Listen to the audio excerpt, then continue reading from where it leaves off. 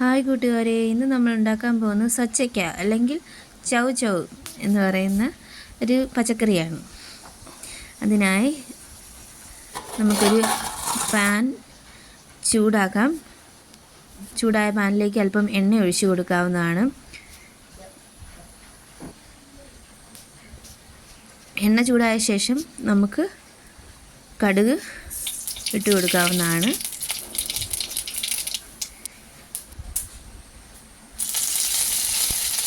കടുക് പൊട്ടിയ ശേഷം നമുക്ക് കരിയാപ്പില ഇട്ട് കൊടുക്കാവുന്നതാണ്.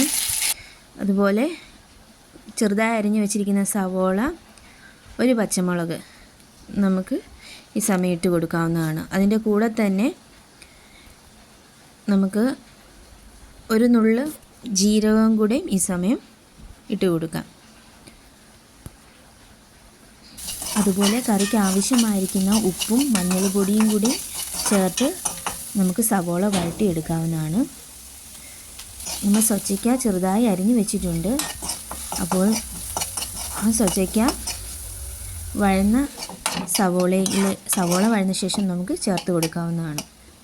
ചെറു തീയിൽ നമുക്ക് അടച്ചു വെച്ച് വേവിക്കാവുന്നതാണ്. സച്ചയ്ക്കയ്ക്ക് അധികം വേവുള്ളതല്ല, അതുകൊണ്ട് കുറച്ച് നേരം മതി വേവിക്കാൻ. വെന്ത ശേഷം നമ്മൾ അതിൻ്റെ വേവ് പാകമായെങ്കിൽ നമുക്ക് ഒരു മുറി തേങ്ങ ചിരണ്ടിയതൂടെ ചേർത്ത് നന്നായിട്ട് ഇളക്കി യോജിപ്പിക്കാവുന്നതാണ്.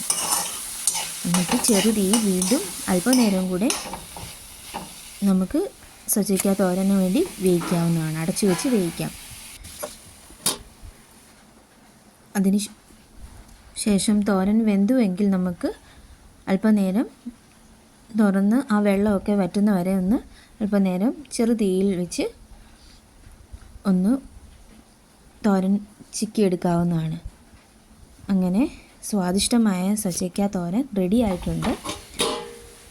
വാങ്ങാൻ നേരം നമുക്ക് അല്പം എണ്ണയും കൂടെ ചേർത്ത് വാങ്ങാവുന്നതാണ്.